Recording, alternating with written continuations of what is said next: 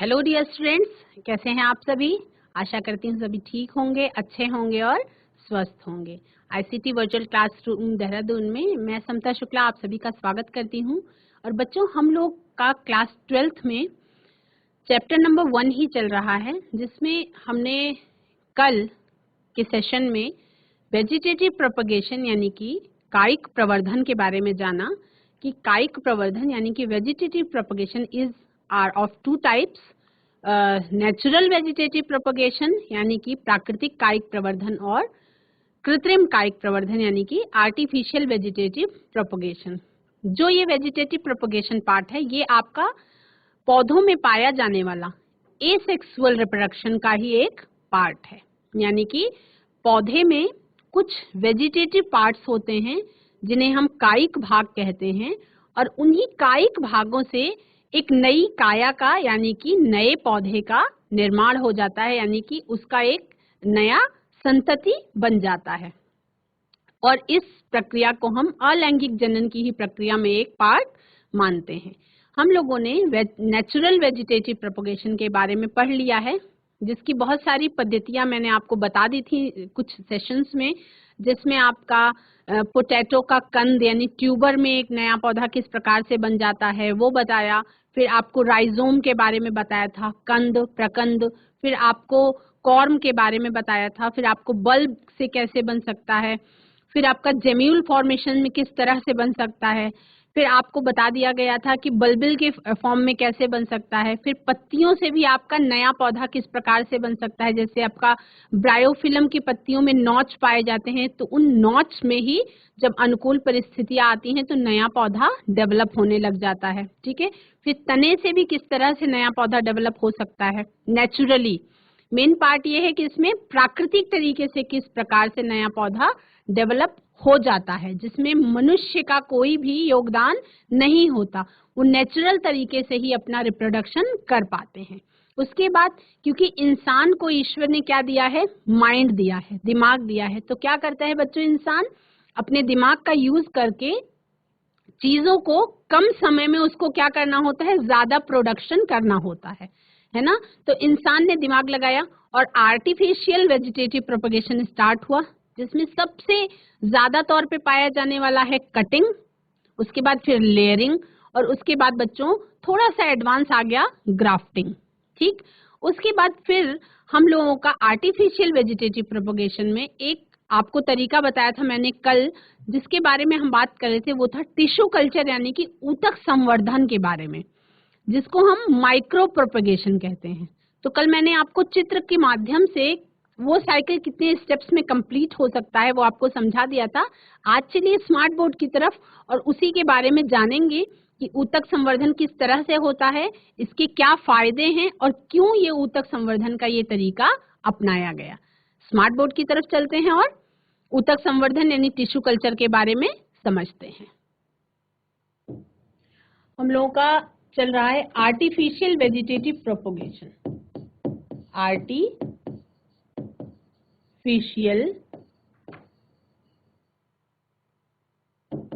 Vegetative propagation.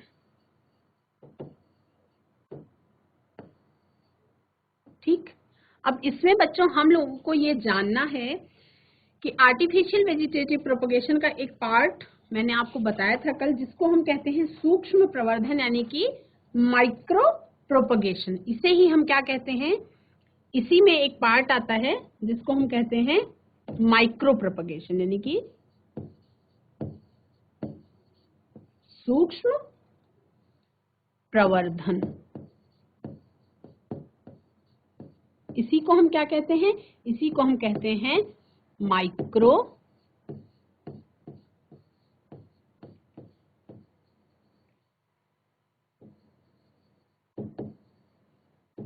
Propagation. ठीक।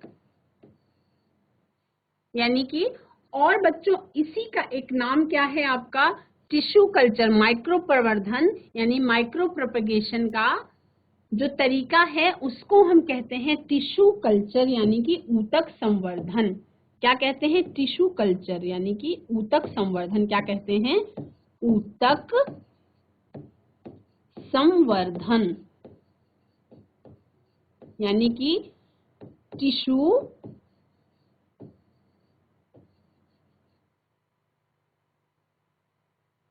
Culture. ठीक, इतना सभी को समझ में आ रहा है। जो आर्टिफिशियल वेजिटेटिव प्रोपगेशन है उसका एक तरीका है जिसे हम माइक्रो प्रोपगेशन या सूक्ष्म प्रवर्धन कहते हैं, और इसमें थोड़े से ऊतक से हजारों की संख्या में पौधों को प्राप्त किया जा सकता है।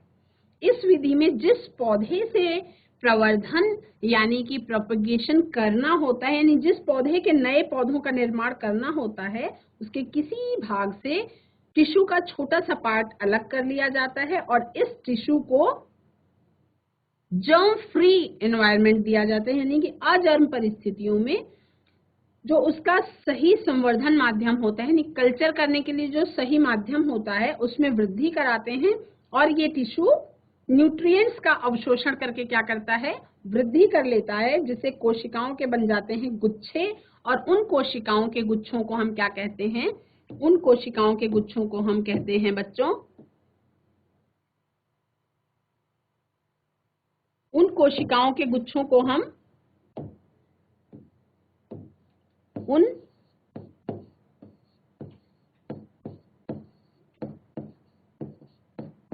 कोशिकाओं के गुच्छों को हम क्या कहते हैं बच्चों, उन्हीं कोशिकाओं के गुच्छों को हम कहते हैं कैलस। थोड़ा सा पेन बहुत मोटा चल रहा है, हल्का सा और पतला करते हैं, अब सही है। तो सबसे पहले क्या करते हैं, देखिए आपको मैं नए पेज पे बताती हूँ। पहले हम लेते हैं क्या, मात्र पौधा, यानी कि आपका पेरेंट पौधा लेते हैं। ठीक, मान लीजिए हमने सेलेक्ट किया एक गाजर को, मान लीजिए हमने एक गाजर को सेलेक्ट किया। ठीक, एक गाजर को हमने सेलेक्ट किया, उसमें खूब सारी पत्तियां बना देंगे, है ना, ऐसे पत्तियां बनाएंगे। गाजर को सेलेक्ट किया। ठीक, अब इस गाजर को सेलेक्ट करने के बाद बच्चों इसमें क्या होती है, छोटी छोटी ऐसे छोटी छोटी कहीं कहीं जड़ें निकली होती हैं जो आपको दिखाई पड़ती हैं बाहर की स्किन पे। तो ये क्या होता है, आपका टैप रूट होता है। ये आपकी हो गई कैरेट। ठीक, आपने एक गाजर को चुना कि जिससे मुझे सूक्ष्म प्रवर्धन यानी कि टिश्यू कल्चर इसका करना है। चुनने के बाद क्या किया, इसको अच्छी तरह से बच्चों क्या किया, वॉश किया, यानी साफ कर लिया, है ना, क्योंकि जर्म्स मौजूद होते हैं, है ना, सारे सरफेसेस पे आपको जर्म्स मिल सकते हैं। तो वॉश किया, क्लीन किया, किसको, वॉश कैरेट के टैप रूट को, टैप रूट ऑफ कैरेट को क्या किया हमने, वॉश किया अच्छी तरह से, यानी कि फर्स्ट स्टेप जो आपका हुआ वो वॉश करने का हुआ। उसके बाद सेकेंड स्टेप में क्या करेंगे, गाजर का मान लीजिए एक पार्ट ये काट लिया, एक पार्ट हमने ये काट लिया और एक पार्ट हमने ये काट लिया, यानी कि उसको 3-4 पार्ट्स में तोड़ लेंगे, कट कर लेंगे। यानी कि सेकेंड उसका स्टेप क्या हो गया, सेकेंड स्टेप क्या होगा बच्चों कि उसको ब्रेक इनटू 3 और 4 pieces, break into 3 to 4 pieces. ठीक, यानी कि सेकेंड स्टेप आपका क्या हो गया, पहला स्टेप ये हुआ कि आपने सेलेक्ट किया कि आपको कौन सा पौधा ग्रो करवाना है, उसको लिया आपने, उसके बाद उसको वॉश किया। हमने एक गाजर का उदाहरण लिया है, नहीं कि कैरेट के टैप रूट का उदाहरण लिया है। उसको अच्छी तरह से क्लीन किया और उसको जर्म फ्री किया। उसके बाद उसको 3-4 पीसेज में तोड़ लिया या कट कर लिया, और उसके बाद क्या करते हैं, उसमें क्या करते हैं, इंसर्ट, यानी कि उसमें घुसा देते हैं क्या चीज को, कॉर्क बोरर को। कैसे, मान लीजिए ये एक पेट्री डिश आप ले रहे हैं, एक पेट्री डिश लेंगे,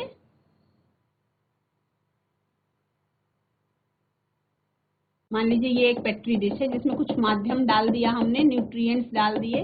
ठीक है, उसमें क्या करेंगे, हम गाजर के टुकड़े को डालेंगे,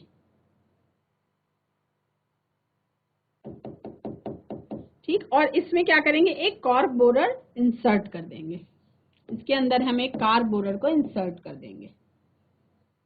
ठीक। उसके बाद फिर क्या होता है बच्चों, उसके बाद ये आपका हो गया फर्स्ट स्टेप, सेकेंड स्टेप, और ये आपका हो गया थर्ड स्टेप। थर्ड स्टेप के बाद क्या करेंगे, उसमें कोर निकल आएगा। ठीक, उसमें क्या निकल आएगा, आपका एक कोर टाइप का निकलेगा, जिसमें आपके सारे जो वेस्कुलर बंडल्स होंगे और जाइलम फ्लोएम होगा वो सारा टुकड़ा आपका मिल जाएगा। तो कोर कैसा होगा, कोर यहाँ पे ये जब कॉर्क बोरर डालेंगे तो यहाँ पे एक ऐसा कोर टाइप का निकल आएगा। Cut core and place in petri dish. अब कोर को हम कट कर लेंगे, उसके बाद उसको क्या करेंगे, cut core and place in petri dish. Petri dish में उसको क्या करेंगे, प्लेस कर देंगे, उसको पेट्री डिश में प्लेस कर देंगे। यानी कि ऐसे ये आपकी मान लीजिए ये है पेट्री डिश, और इसमें हम क्या करेंगे, इसको प्लेस कर देंगे।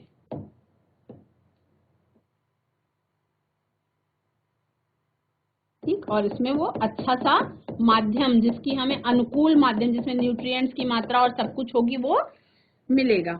उसके बाद इसमें फिर अब टाइम टेकिंग प्रोसेस होगा। उसके बाद फिर आपका टाइम लगेगा। इसमें कितना टाइम लगेगा आपको, 4 to 6 वीक्स का आपको टाइम लगेगा। तो 4 to 6 वीक्स में क्या होगा बच्चों, इसमें कैलस का फॉर्मेशन हो जाएगा। इसी पेट्री डिश में यहाँ पे क्या होगा, कैलस वही आपका कैलस फॉर्मेशन होगा। यानी कि ये जो आपका कोर था, इसमें कोशिकाओं के गुच्छे बनने लग जाएंगे। कैलस का मतलब क्या होता है, कोशिकाओं के गुच्छे। यानी कि क्या हो गया, डिवीजन स्टार्ट हो गया है ना। तो जब डिवीजन स्टार्ट हो गया तो सेल्स ने क्या किया, अपने आप को मल्टीप्लाई करना स्टार्ट किया और कोशिकाओं के गुच्छे बन गए। तो उन्हीं कोशिकाओं के गुच्छों को हम क्या कहते हैं, कैलस कहते हैं। अब जब ये कैलस बन गया, ठीक, तब इसको क्या करेंगे, transfer to root development medium. जब ये यहाँ पे कैलस बन गया,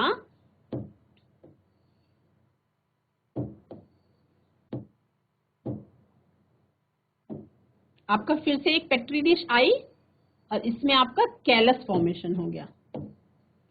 कैलस फॉर्मेशन हुआ, मान लीजिए ऐसे ऐसे कोशिकाओं के कुछ गुच्छे बन गए। ठीक, अब उसके बाद क्या हुआ, इसको हमने फिर ट्रांसफर किया। कहाँ पे ट्रांसफर करेंगे, transfer to root development medium. यानी एक ऐसा मीडियम हमारे पास जिसमें रूट का डेवलपमेंट आसानी से हो सके, मतलब न्यूट्रिएंट्स जिसमें अच्छी मात्रा में पाए जा रहे हो। Transfer to root development medium, root development medium. ठीक, अब हमने जब रूट डेवलपमेंट मीडियम में इसको ट्रांसफर कर दिया, तो आप सभी को पता है कि ये प्रोसेसेस कैसी होती हैं बच्चों, बहुत ज्यादा स्लो प्रोसेसेस होती है, मतलब बहुत धीमी गति से होती है। आप जैसे खाना पकता है तो वो तीव्र गति से पक सकता है ना। बहुत जल्दी आपने कुकर में दाल चढ़ाई और वो दाल 15 मिनट्स, विदिन 15 मिनट्स पक के तैयार हो गई। पर यदि आपको कोई पौधा देना है, कोई पौधा बनाना है, तो जैसे किसी बीज को अंकुरित करने में भी कम से कम 2 या 3 दिन का टाइम लग जाता है। इसी तरह से ये प्रोसेसेस क्या होती हैं, क्योंकि नेचुरली होती हैं तो बहुत स्लो प्रोसेस होती है। तो जब transfer to root development medium हम कर देते हैं कैलस को, तो रूट और शूट डेवलपमेंट होने में टाइम लगता है। अब रूट और शूट डेवलपमेंट होने में कम से कम बच्चों आपका लग जाता है, कई हफ्तों का टाइम लग जाता है। ठीक, यहाँ पे आपका धीरे धीरे जड़ें बनी, ठीक, और धीरे धीरे आपका निर्माण हो जाएगा पत्तियों का। ये ऐसे ऐसे जड़ें बन जाएंगी और आपका निर्माण हो जाएगा पत्तियों का, यानी कि नया पौधा बनना शुरू हो जाएगा धीरे धीरे। यहाँ पे आपका नया पौधा बनना शुरू हो जाएगा, यानी बहुत सारे आपके नए पौधे डेवलप होने लग जाते हैं। ठीक, लेकिन इस टाइम में आपको लगता है 4 to 8 वीक्स का टाइम। इसमें आपको लगता है root and shoot development, root यानी जड़ें, एंड शूट यानी कि वायवीय भाग, जो जमीन के बाहर वाला भाग है, shoot development, root and shoot development in 4 to 8 weeks का टाइम लगेगा। इसमें आपको 4 to 8 वीक्स का टाइम लगेगा।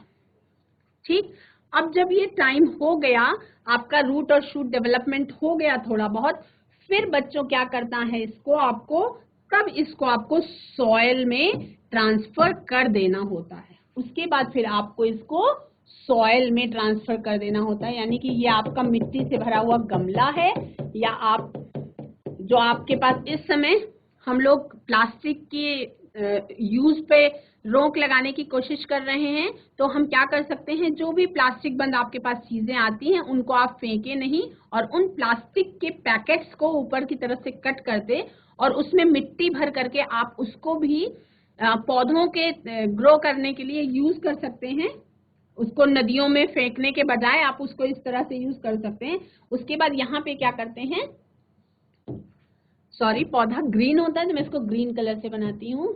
ऐसे आपका एक नया पौधा डेवलप हो जाता है और उसको फिर क्या करते हैं, हम सॉइल में ट्रांसफर कर देते हैं। ठीक, और नीचे उसकी जड़ें डेवलप हो जाती हैं, और उसके बाद फिर आपका आ जाता है ये मैच्योर प्लांट। अब देखिए आपका कौन कौन सा स्टेप हुआ। पहला स्टेप हुआ आपका, आपने सेलेक्ट किया कि कौन से पौधे का आपको वो करना है, टिश्यू कल्चर। फिर आपने उसको वॉश किया, 2-3 टुकड़ों में तोड़ा, इंसर्ट किया उसमें कॉर्क बोरर को, और उसके बाद कोर को आपने पेट्री डिश में प्लेस कर दिया। तो ये आपका हो गया चौथा स्टेप। इसमें लगते हैं आपको 4 to 6 वीक्स। ठीक, उसके बाद ये आपका आ गया पांचवा स्टेप, जिसमें कैलस का निर्माण हो गया। उसके बाद रूट डेवलपमेंट मीडियम में डाला गया।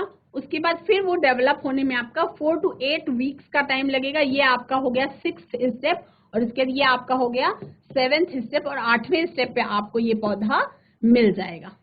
अब इसकी खासियत क्या है बच्चों, इसकी खासियत ये है कि जब भी जरूरत पड़ने पर आपको कैलस का एक छोटा टुकड़ा आप ट्रांसफर कर देंगे ऐसे मीडियम पे, जहां पे वृद्धि करके ये नए पौधे में ग्रो कर देगा, और इसको निकाल करके सॉइल में लगा दिया जाएगा। अब इसमें तरीका ये है कि एक बार टिश्यू कल्चर करके बहुत लंबे समय तक आपके पौधे प्राप्त किए जा सकते हैं, और इनकी संख्या आपको बहुत ज्यादा संख्या में मिल सकती है। अब ये विधि कौन कौन से प्लांट्स में मिलती है आपको, ये विधि आपको कौन कौन से प्लांट्स में मिलती है, तो हम देखेंगे। ये विधि आपको मिलती है सूक्ष्म प्रवर्धन, यानी कि जो टिश्यू कल्चर वाली विधि है, ये आपको कौन कौन से प्लांट्स में सबसे अच्छी मिलती है। एक तो आपका आता है बच्चों ऑर्किड्स। आपने सभी ने इस फ्लावर का नाम सुना होगा, ऑर्किड फ्लावर्स, जिसका एक फ्लावर का स्टेम भी बहुत कॉस्टली मिलता है मार्केट में। इसकी बहुत अच्छी खेती की जाती है, बहुत बड़े पैमाने पर सजावट में इसका उपयोग किया जाता है। बहुत अलग अलग प्रोग्राम्स में, फंक्शंस में ऑर्किड के फ्लावर्स का यूज किया जाता है। 2-3 रंगों में अवेलेबल होते हैं आपका, एक पर्पल कलर में होता है, पिंक कलर में, और व्हाइट कलर के भी ऑर्किड्स होते हैं। तो उनके पौधों को बढ़ाने में भी इसका बहुत अच्छा यूज किया जाता है ऑर्किड्स में। उसके बाद आपके पास कार्नेशंस होते हैं, कार्नेशंस में के भी संवर्धन में इसका यूज किया जाता है। फिर आपका गुलदाउदी, ये सब सजावटी पौधे होते हैं बच्चे, जिनके फ्लावर्स का यूज करते हैं सजावट के लिए। क्राइसैंथेमम इसमें यूज करते हैं। उसके बाद फिर एक सतावर होता है आपका, एक हर्ब है बच्चों, इसको मेडिसिन के रूप में यूज करते हैं। इसमें भी आपका ये यूज किया जाता है। इसमें ये सारी सफलतम विधियों में एक है एस्पेरेगस, इसमें ये ज्यादा सफल है। ठीक है, उसके बाद इस विधि से मशरूमों का भी संवर्धन किया जाता है। इस विधि, कौन सी विधि, यही टिश्यू कल्चर वाली इस विधि, यानी कि टिश्यू कल्चर से मशरूम संवर्धन भी किया जाता है। मशरूम संवर्धन भी किया जाता है। ठीक, इतना सबको समझ में आ रहा है बच्चों? अब हम देखेंगे कि कायिक प्रवर्धन। अब हम कायिक प्रवर्धन कितने प्रकार का होता है समझ चुके हैं, नेचुरल एंड आर्टिफिशियल, और उसके बाद आर्टिफिशियल में भी 4 तरीके से मैंने आपको बताया, cutting, layering, grafting and fourth one is आपका टिश्यू कल्चर। अब कायिक प्रवर्धन से लाभ क्या है, मतलब इसका कुछ इकोनॉमिक इंपॉर्टेंस होगा, है ना? कायिक प्रवर्धन का इकोनॉमिक इंपॉर्टेंस, कायिक प्रवर्धन का इकोनॉमिक इंपॉर्टेंस यानी कि आर्थिक महत्व, आर्थिक महत्व क्या क्या है, यानी कि ये जो वेजिटेटिव प्रोपगेशन का तरीका इंसान ने अपनाया, इससे उसे क्या क्या फायदे हैं। पहला तो ये बच्चों, पहला तो ये कि कायिक प्रवर्धन यानी कि वेजिटेटिव प्रोपगेशन कैसी है, एक सस्ती एवं आसान विधि है। ये कैसी है? सस्ती, यानी कॉस्टली नहीं है, एवं इजी भी है यानी कि आसान भी है। सस्ती एवं आसान विधि है। इसका सबसे बड़ा फायदा ये है कि ये बहुत ज्यादा कॉस्टली नहीं होती है, इजीली इसको किया जा सकता है। दूसरा, इसमें वृद्धि तीव्रता से होती है, इसमें वृद्धि तीव्रता से होती है, यानी कि क्विक होता है। ठीक, मतलब उतने समय में बहुत ज्यादा पौधों का निर्माण हो पाता है। फिर इकोनॉमिक इंपॉर्टेंस यानी इसका कुछ आर्थिक महत्व भी हुआ। वो क्या है? बहुत से, आप नोट करें, उसके बाद मैं बताती हूँ कि इसको किस तरह से डेली लाइफ से रिलेट करते हैं, बताती हूँ आपको अभी। बहुत से फलदार वृक्षों, जैसे कि आम, हम आम का एग्जांपल ले लेते हैं। बहुत से फलदार वृक्षों को परिपक्व होने में कई वर्षों का समय लग जाता है, कई वर्षों का समय लग जाता है। यानी जो पुराने देसी आम आते थे, उनका जब पौधा आपने लगाया तो बहुत सारा टाइम लगता था वो बड़े होने में, मैच्योर होने में और फल देने में, यानी बहुत ज्यादा वेट करना पड़ता था और फल देने में बहुत लंबा टाइम लग जाता था। और फल देने में अधिक समय लगता था। तो इस विधि से यानी कायिक प्रवर्धन से, कायिक प्रवर्धन से क्या होता था बच्चों? कायिक प्रवर्धन से क्या हुआ आपका? कायिक प्रवर्धन से फल एक ही वर्ष में पौधे पर आने लग जाता है। तो क्या हुआ? ये आपका आपको इकोनॉमिक तरीके से यानी आर्थिक रूप से आपको ये हेल्प करने लग गया। तो कायिक प्रवर्धन से क्या होता है? कायिक प्रवर्धन से एक ही वर्ष में पौधे पर फल आने लग जाते हैं। तो अभी आपको समझ में आया कि कायिक प्रवर्धन आर्थिक रूप से क्यों महत्वपूर्ण है। जैसे आपने एक आम की किस्म के बारे में सुना होगा, आम्रपाली या कलमी। तो ये सब क्या होते हैं? आपने पौधा लगाया और पौधा लगाने के बाद बच्चों छोटे छोटे ही पौधे होते हैं और उनमें बहुत सारे फल आने लग जाते हैं। क्यों? क्योंकि उनमें कायिक प्रवर्धन कर दिया जाता है तो पौधे पर फल बहुत जल्दी आने लग जाते हैं, ठीक। और उसमें कुछ हार्मोन्स का भी यूज किया जाता है अगर वो बड़े पैमाने पर किया जा रहा है तो। अब जैसे कुछ पौधे ऐसे हैं जिनमें बीज होता नहीं है, जैसे आपका हो गया केला, ठीक। फिर आपका हो गया अनानास, फिर आपका हो गया बच्चों गुलाब, ठीक। फिर आपका हो गया अंगूर। अंगूर जो सीडलेस अंगूर होता है जिसमें बीज नहीं होता है, कुछ अंगूर बीज सहित होता है और कुछ अंगूर बीज सहित नहीं होता। तो अंगूर जहां पर बीज नहीं डेवलप होता है, जहां पर बीज नहीं बनते हैं, बीज नहीं बनते, ऐसी परिस्थिति में कायिक प्रवर्धन ही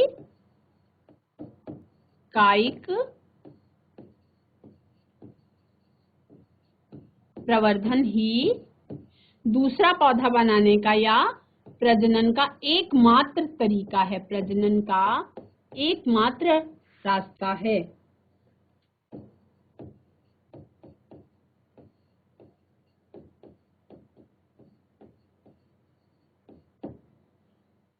ठीक। और fifth and most important point कि इस विधि द्वारा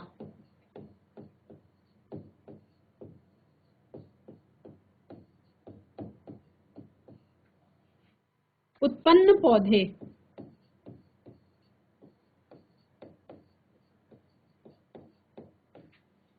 रोग रहित होते हैं, यानी उनके अंदर डिजीज होने की संभावना बिल्कुल ना के बराबर होती है, रोग रहित होते हैं। कारण क्या होता है बच्चों कि उनको बहुत जर्म फ्री इन्वायरमेंट में डेवलप किया जाता है।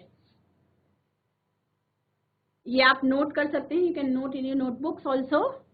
कायिक प्रवर्धन का आर्थिक महत्व यानी कि economic importance of vegetative propagation. It is a easy process, यानी कि बहुत आसान विधि है और नॉन कॉस्टली है, यानी कॉस्टली नहीं है, सस्ती है, या आप कह सकते हैं चीप है और इजी है। इसमें वृद्धि बहुत तीव्रता से होती है, यानी कि जो प्रोसेस है ग्रोथ का वो बहुत रैपिड ग्रोथ होती है इसमें, और एक ही साल में वृक्षों पर यानी पौधों पर फल आने लग जाते हैं। दूसरी बात, कुछ पौधे ऐसे हैं जहां पे बीज का डेवलपमेंट होता ही नहीं है, तो ऐसे परिस्थिति में वेजिटेटिव प्रोपगेशन ही रिप्रोडक्शन का एकमात्र रास्ता बचता है। जो आपका केला, अनानास, गुलाब और अंगूर वो वाले किस्म जिसमें आपका बीज नहीं पाया जाता, उसमें वेजिटेटिव प्रोपगेशन ही एक रिप्रोडक्शन का पार्ट है, रास्ता है।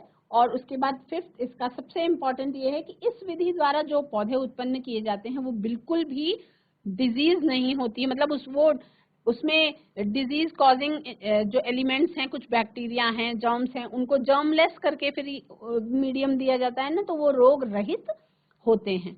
तो कायिक प्रवर्धन का ये आर्थिक महत्व था। अब आप सभी ने जान लिया है कि एसेक्सुअल रिप्रोडक्शन कितने प्रकार का होता है। एक फ्लो चार्ट आप चाहें तो बना सकते हैं। फ्लो चार्ट के माध्यम से बच्चों आप लोग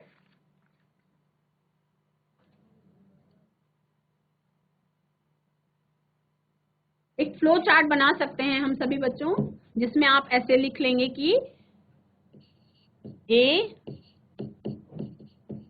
सेक्सुअल रिप्रोडक्शन। ठीक, आपको अगर रिकॉल करना है तो इस तरह से आपको चार्ट बनाना पड़ेगा, और इस तरह से अगर आप चार्ट बनाते हैं तो आपको इजी होता है। ए सेक्सुअल रिप्रोडक्शन, ठीक। उसके बाद इसके तरीके हम लोगों को लिखने, तो ए सेक्सुअल रिप्रोडक्शन में ऐसे करेंगे, एग्जाम्पल्स लिखेंगे, ठीक। मैं नोट करवा देती हूँ आपको, वैसे मैं इसको करवा चुकी हूँ, पर फ्लो चार्ट किस तरह से बनाना है ये आपको देखना है। तो इसमें पहले आपको क्या लिखना है बच्चों, आपको सबसे पहले लिखना है ए सेक्सुअल रिप्रोडक्शन कितने तरीके का होता है। अब उसमें आपको लिखना है कि बाइनरी फिशन, फिर आपका आता है स्पोरुलेशन,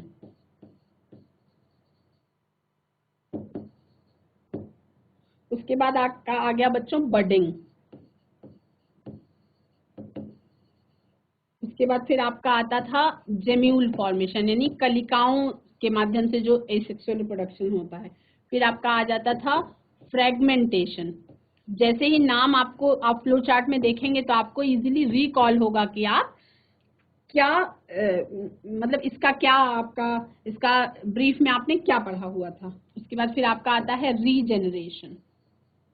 रीजेनरेशन, ठीक, एसेक्सुअल रिप्रोडक्शन के ये सारे पार्ट्स थे। इसके बाद बच्चों फिर आपका आता था कायिक प्रवर्धन यानी कि वेजिटेटिव प्रोपगेशन, ठीक, ये हो गया। फिर आपका आया था कायिक प्रवर्धन, हो गया। अब आपका ये भी दो तरीके का था, एक था आपका प्राकृतिक और दूसरा था आपका कृत्रिम, ठीक। फिर प्राकृतिक में आपके कितने तरीके थे वो आप ऐसे नोट कर लेंगे, और कृत्रिम में आपके कितने तरीके थे ये आप नोट कर लेंगे, ठीक। तो प्राकृतिक में आपका था एक तो जो भूमिगत तने के रूप में था आपका, वो कौन सा था बच्चों, वो था आपका ट्यूबर्स, राइजोम्स। इसी तरह से आप अपना चार्ट कंप्लीट कर सकते हैं, ट्यूबर, फिर राइजोम, फिर आपका था कॉर्म, फिर आपका था बल्ब या बल्बिल्स, उसके बाद फिर आपका लीव से भी हो जा रहा था, ठीक है। उसके बाद फिर ये आपका था कटिंग, फिर ये आपका था लेयरिंग, और ये आपका था ग्राफ्टिंग, और फिर आपका आ गया टिश्यू कल्चर। टिश्यू कल्चर, तो इससे आपका एक जगह पे आपने कॉम्पैक्ट एक फ्लो चार्ट बनाया और उससे आपको चीजें लर्न हो गई। अब इसमें आपको और क्या करने हैं, एग्जाम्पल्स भी लिख लेने हैं, एग्जाम्पल्स भी आपको लिख लेने हैं ताकि आपको चीजें एकदम क्लियर हो जाएं। बच्चों क्लास 12th में हम लोगों ने आज एसेक्सुअल रिप्रोडक्शन वाला पार्ट 100% कंप्लीट कर लिया है, और आपको मैंने ये तरीका भी बताया कि जो भी आप पढ़ते हैं चैप्टर, जो भी आप कंटेंट पढ़ते हैं उसकी स्टडी करते हैं, ब्रीफ में करने के बाद एक उसका फ्लो चार्ट बनाना बहुत ज़रूरी है, ताकि जब आपका एग्ज़ाम हो तब आप रिवीजन के टाइम पे उन चीज़ों को बहुत अच्छी तरह से रिकॉल कर सकें। और उसके लिए आपको हेडिंग के साथ साथ एग्जाम्पल्स भी लिख लेने चाहिए, ऐसा मैं आपको सजेस्ट करती हूँ। आज की क्लास में इतना ही बच्चों, that's all for today. Have a nice day, take care and bye bye. आपका दिन शुभ हो।